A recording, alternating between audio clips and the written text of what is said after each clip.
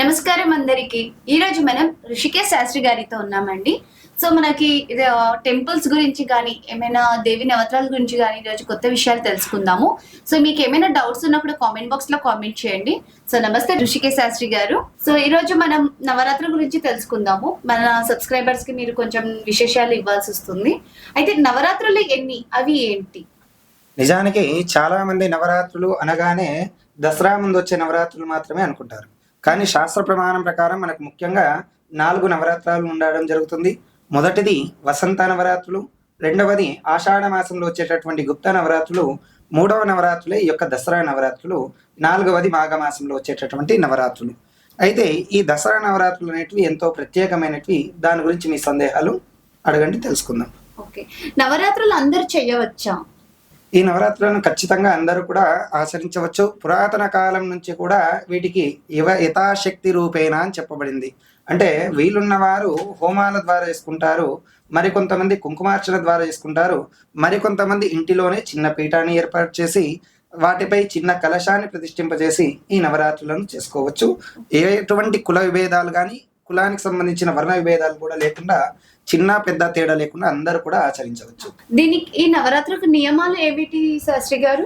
వీటిలో నియమాలు అనగా ప్రత్యేకం ఏమి లేదు, కానీ సాత్విక ఆహారం, ఎటువంటి మాంసాహారం కానీ లేదా మద్యం కానీ ఇంట్లో వాళ్ళు ఎవరు కూడా సేవించకుండా ప్రతిరోజు కూడా ఇల్లంతా కూడా శుద్ధిగా చేసుకొని అఖండ దీపారాధన ద్వారా వీలైతే ఎరుపు రంగు వస్త్రాలను ధరించి ఈ యొక్క అమ్మవారి నవరాత్రులు, వీలైతే ఎర్రటి పుష్పాలు సమర్పించి పూజించడం కూడా ఎంతో ప్రత్యేకతతో కూడినది. దసరా నవరాత్రులు దేనికి సాంకేతంగా జరుపుకుంటాం?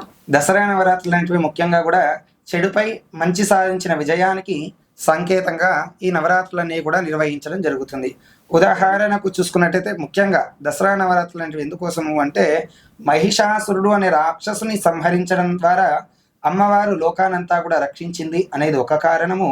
మరి కొంతమంది అభిప్రాయం ప్రకారము రావణాసురుడు రాముడిపై ఈ రోజే విజయాన్ని సాధించాడని, మరి కొంతమంది పాండవులు ఈ యొక్క విజయదశమి రోజే తమ ఆయుధాలను తీసుకొని యుద్ధానికి వెళ్ళి విజయం సాధించారని కూడా చెప్పడం జరుగుతుంది. ఓకే, థ్యాంక్ యూ శాస్త్రి గారు. అమ్మవారు ఎందుకు అంత శక్తివంతమైనది? అయితే ఇక్కడ మహిషాసురుడు ఏమంటాడు అంటే, బ్రహ్మదేవుని కోసం తపస్సు చేసిన తర్వాత నన్ని ఏ పురుషుడు కూడా చంపరాదు, ఏ జంతువు కూడా చంపరాదు, ఏ రాక్షసుడు కూడా చంపరాదు. అయితే ఎప్పుడు కూడా రాక్షసులు అనగానే చిన్న తప్పు చేస్తూ ఉంటారు.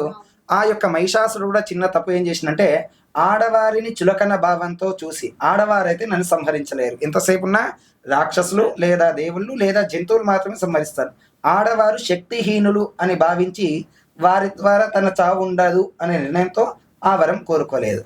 అయితే అతడు విర్రవీగడం చూసి బ్రహ్మదేవుడు తనకుండే జ్ఞానాన్ని, శివుడు తన చేతిలో ఉండేటటువంటి త్రిశూలాన్ని, విష్ణుమూర్తి తన చేతిలో ఉండేటటువంటి సుదర్శన చక్రాన్ని ఒక ఆడ రూపంలో సృష్టించి, అది చిన్న అమ్మాయిగా సృష్టించినందుకు మొట్టమొదటి అవతారము బాలా త్రిపుర సుందరి రూపంలో ఉంచి ఆ రాక్షసుని వధించడం జరుగుతుంది. అందుకోసమే ఎప్పుడు కూడా ఆడవారిని తక్కువ చేసి చూడకూడదు అని మన శాస్త్రం చెప్తుంది. శాస్త్రంలో ఆడవారికి విపరీతమైన ప్రాధాన్యత ఇచ్చింది. మీరు నిజానికి చూస్తున్నట్టయితే ఆడవారికి ఉన్నటువంటి శక్తి ఇంకెక్కడా కూడా ఉండదు అని చెప్పడం జరిగింది. విజయదశమి ప్రత్యేకత ఏమిటి? విజయదశమి ప్రత్యేకత అనగానే ఆ రోజు మనకు పురాణాల ప్రకారం కూడా ఆ రోజు ఏ కార్యక్రమం కూడా విజయమే సిద్ధిస్తుంది అని చెప్పబడింది. ఇందాక మనం చెప్పుకున్నట్టుగానే ఆ యొక్క మహిషాసురుని వధించిన రోజు విజయదశమి, రావణుడు రాముడిపై చంపిన రోజు విజయదశమి, ఆ యొక్క పాండవులు తమ ఆయుధాలను దాచి తీసుకున్న రోజు ఈ రోజు. కాబట్టి ఈ రోజు ఏ కార్యక్రమం మొదలుపెట్టినా, అంటే మంచి కార్యక్రమం ఏది మొదలు పెట్టినా కూడా తప్పకుండా విజయమే సిద్ధిస్తుందనే పేరు వల్ల ఈ రోజుకు విజయదశమి అని పేరు రావడం జరిగింది. విజయదశమి రోజున ఏది చేసినా విజయమే అని అంటారు కదా, సో దాని ప్రత్యేకత ఏంటి? అయితే మనకు శాస్త్రం మొత్తంలో కూడా సంవత్సరానికి 365 రోజులు అనుకున్నట్టయితే ఆ 365 రోజుల్లో 3 రోజులు ప్రత్యేకమైనవి ఉంటది.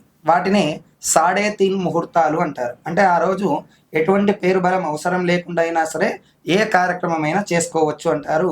ఆ 3.5 ముహూర్తంలో ఈ విజయదశమి అనేది కూడా ఒకటి. అందువలన ఈరోజు ఎక్కువగా కూడా ఆయుధ పూజ, అంటే వాహనాల పూజ కానీ లేదా యంత్రాలకు సంబంధించిన పూజలు కానీ, కొత్తగా ఏదైనా పని ఇల్లు ప్రారంభించాలనుకున్నా, ఇంట్లో గృహ ప్రవేశం చేసుకోవాలన్నా కూడా ఈ రోజుని శుభదినంగా పరిగణించడం జరుగుతుంది. థ్యాంక్ యూ శాస్త్రి గారి ఇంత మంచి ఇన్ఫర్మేషన్ మనకు అందించినందుకు.